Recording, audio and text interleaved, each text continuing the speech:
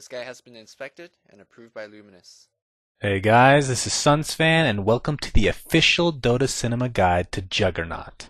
If you aren't familiar with this hero, you may want to watch the introduction we did for him at the corresponding link. Juggernaut is an agility carry hero whose ability to get consistent kills in lane makes him a hero to truly reckon with. He isn't one of the hardest carries in the game, but can definitely provide a lot of DPS if you start getting out of control in the farm department. Skill build. The accepted skill build for Juggernaut is really quite unique in the fact that you get stats relatively early for the sole fact of having enough mana to be able to use your Blade Fury and Omni Slash combination at level 6. So to recap, levels 1, 3, 5, and 7 you will skill Blade Fury, while levels 2 and 4 are reserved for stats. You'll skill your ultimate whenever it's available, while generally starting to max out Blade Dance at level 8. Healing Ward is usually left for last, but you can pick up a level bit earlier if you feel the need. And if your team plans to push relatively early, they can also level it up over your Blade Dance since the heal is ridiculous. Item build.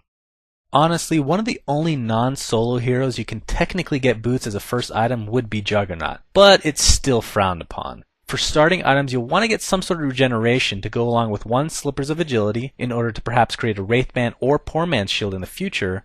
Then you have the choice between a Quelling Blade and a Stout Shield. Stout Shield could be good if you expect to get harassed very early, but Quelling Blade is usually the choice, especially considering a certain item pickup for the mid-stage of the game. The boots of choice for Juggernaut are most definitely phase boots because of the fact you can use them while spinning in order to gain unit walking and extra speed. Treads could also be picked up if you feel a little extra stats are needed. In the laning stages of the game, you'll want to get your Perseverance as soon as possible because you need as much regeneration as possible in order to continue getting potential kills in your lane. This Perseverance will be turned into a Battle Fury at the earliest possible time. This, in combination with Quelling Blade and Blade Dance, will destroy creep waves and have you well on your way to a great farming game.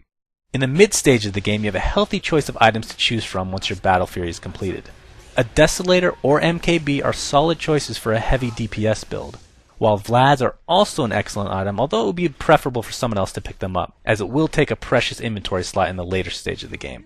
And also don't count out Sage and Yasha, which will give you a nice mix of tankiness and DPS, while also helping you catch up to your enemies with both the extra move speed and maim. If you don't plan to get any other orbs, you could definitely go for a Helm of the Dominator, which of course could be turned into a Satanic in the later stages.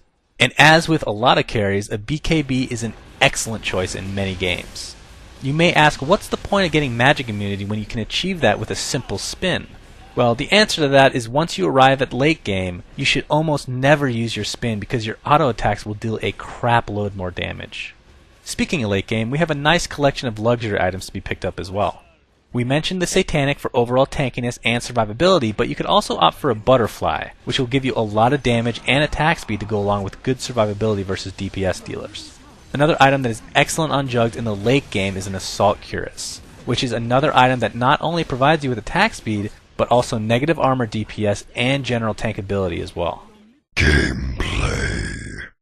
As we've talked about, in the laning stages, you need to be as aggressive as possible because there are very few heroes who can withstand a full Blade Fury when coupled with a stun or slow.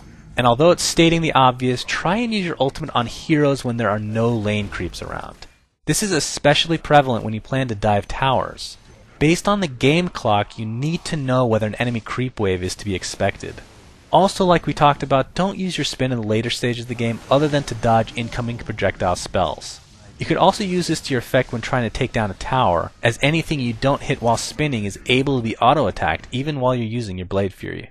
In teamfights or pushes, be sure to use your ward at an effective time. The placement is crucial since it only has 1 hit point.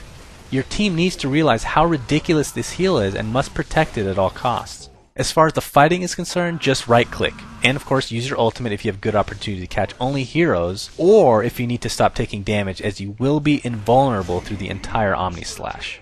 Friends and foes. Friends of the cuddly Juggernaut would be lane partners who can help him net some easy kills, aka those with no item dependencies that have a slow or disable. Examples of this would include Venomancer, Vengeful Spirit, and Crystal Maiden. Heroes Juggernaut can't stand to go against are those that can easily avoid or even counter his early game presence, as well as those that deal a lot of physical damage, therefore rendering your ability to go magic immune completely useless. Examples of those that lane well against Juggernaut would include Omni Knight with his Repel, which will effectively counter your spin, and Dazzle, whose Shadow Wave will go through your spin completely. As far as late game carries are concerned, take your pick. We have Void, Anti-Mage, Drow Ranger, and Sniper, all of which will out-DPS Juggernaut in the late game with equal farm. Thanks for watching, guys, and please remember to subscribe to our YouTube. Also, a special shout out goes to Flawless and Luminous for their help in writing this guide. You can check them out at their respective YouTube channels, which are linked in the video description. And finally, be sure to check out our new website at dotacinema.com, where you can find a ton of Dota 2 videos along with our live streaming page, which includes me playing with you guys on a nightly basis. My name is Sunsfan, and until next time.